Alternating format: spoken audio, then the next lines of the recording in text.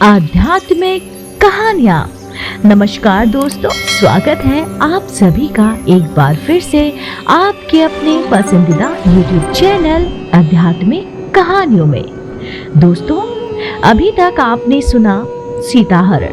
जी हाँ, किस तरीके से रावण ने साधु का वेश धारण करके माता सीता का हरण किया। माता सीता विमान में बैठकर जटायु को देखती हैं और जटायु से प्रार्थना करती हैं कि हे जटायु, कृपया करके आप ये सारा वृत्तांत कि रावण मुझे हरण करके अपने देश यानी कि लंका ले जा रहा है, कृपया करके मेरे पति को जरूर बता देना। आगे की कहानी का शीर्षक है जटायु वध। चलिए शुरू करते हैं।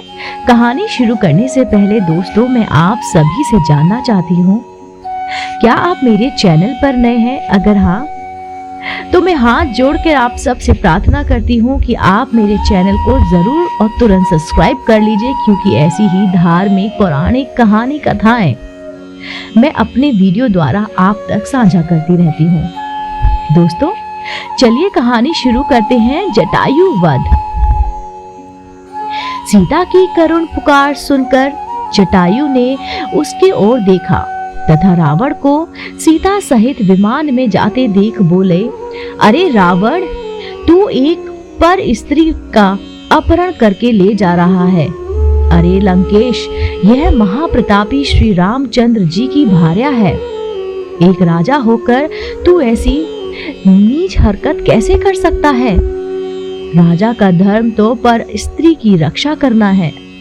तू काम के वशीभूत होकर अपना विवेक खो बैठा है। छोड़ दे राम की पत्नी को। हे रावण, मेरे समक्ष तू सीता को नहीं ले जा सकता। प्राण रहते रहते तक मैं सीते की रक्षा करूंगा। ठहर, मैं अभी आता हूं। मुझसे युद्ध कर। जटायु के इन कठोर और अपमानजनक शब्दों को सुनकर रावण उसकी ओर झपटा, जो सीता को मुक्त कराने के लिए विमान की ओर तेजी से बढ़ रहा था। विशालकार दो पर्वतों की भांति वे एक दूसरे से टकराए।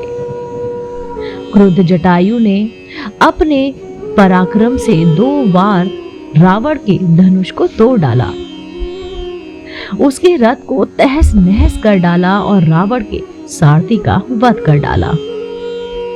उन्होंने मार मार कर रावण को घायल कर दिया। घायल होने के बाद भी रावण वृद्ध और दुर्बल जटायु से अधिक शक्तिशाली था। अवसर पाकर उसने जटायु की दोनों भुजाएं काट दी। पीड़ा से व्याकुल होकर मूर्छित हो वह पृथ्वी पर गिर पड़ा।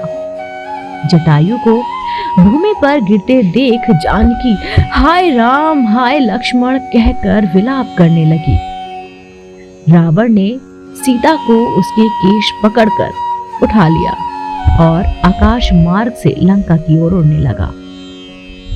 उस समय उन्नत भाल वाली, सुंदर कृश केशों वाली, गौर वर्णा मृग नैनी जानकी का सुंदर मुख रावण की गोद में पड़ा ऐसे प्रतीत हो रहा था जैसे पूर्णमासी का चंद्रमा नीले बादलों को चीरकर चमक रहा हो। सीता का क्रंदन सुनकर वन के सिंह, बाघ, मृग आदि रावण से कुपित होकर उसके विमान के नीचे उसके पीछे पीछे दौड़ने लगे।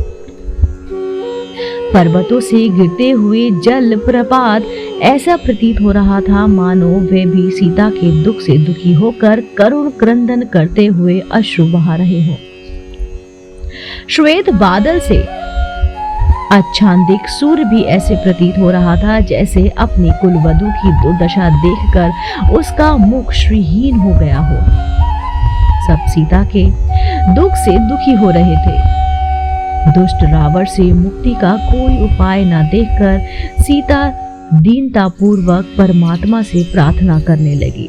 हे परमात्मा, हे परमपिता, हे प्रभु, मेरी रक्षा करो, रक्षा करो। हे सर्वशक्तिमान, इस समय मेरी रक्षा करने वाला तुम्हारे अतिरिक्त और कोई भी नहीं है। हे दयामन, मेरे सतत की रक्षा करो। इसकी रक्षा सिर्फ तुम ही कर सकते हो। मार्ग में सीता ने नीचे एक पर्वत पर 5 वानरों को बैठे देखा। उनको देखकर सीता ने कहा, यह सोचकर कि शायद ही राम को मेरा समाचार बता दें, अपनी सुनहरे रंग की रेशमी चादर में वस्त्र आभूषण बांधकर उसे उन वानरों के बीच गिरा दिया। तीव्र गति से उड़ने में व्यस्त रावण को सीता के इस कार्य का बोध ही नहीं हो पाया। वनों, पर्वतों और सागर को पार करता हुआ रावण सीता सहित लंकापुरी में जा पहुंचा।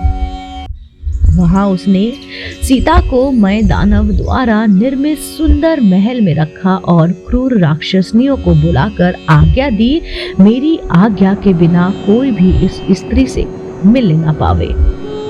यह जो भी वस्त्र, आभूषण, खाद्य पदार्थ मांगे वह तत्काल इसे दिया जाए।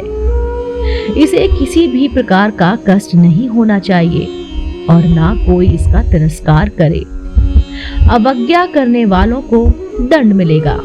इस प्रकार राक्षसनियों को आदेश देकर अपने महल में पहुंचा। वहां उसने अपने 8 शूरवीर सेनापति को बुलाकर आज्ञा दी, तुम लोग जाकर दंडक वन में रहो। हमारे जनस्थान को राम लक्ष्मण नामक 2 तपस्वियों ने उजाड़ दिया है, तो वहां रहकर उनकी गतिविधियों पर दृष्टि रखो और उसकी सूचना मुझे यथाशीघ्र देते रहो। अवसर पाकर उन दोनों की हत्या कर डालो। मैं तुम्हारे पराक्रम से भली भांति परिचित हूँ, इसलिए उन्हें मारने का दायित्व तुम्हें सौंप रहा हूँ।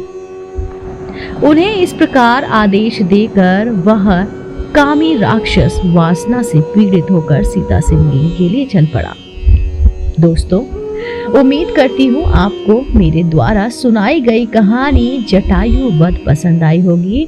दोस्तों, अगर आप ऐसी ही धार्मिक और पौराणिक कहानी कथाएं सुनना पसंद करते हैं तो आप मेरे चैनल आध्यात्मिक कहानियों को तुरंत लाइक कीजिए, शेयर कीजिए और सब्सक्राइब करना बिल्कुल ना भूलिए। इसकी अगले की कहानी, जिसका शीर्षक होगा रावण सीता संवाद, जल्द ही इसी चैनल द्वारा आपके समक्ष पहुंचाऊंगी मैं। दोस्तों, मेरे चैनल को, मेरे वीडियो को इतना प्यार देने के लिए आपका तहे दिल से शुक्रिया। दोस्तों, आप देख रहे थे आपका अपना पसंदीदा YouTube चैनल आध्यात्मिक कहानियां। जाते जाते मेरे साथ एक बार तो कहिए, जय सिया राम, जय जय हनुमान।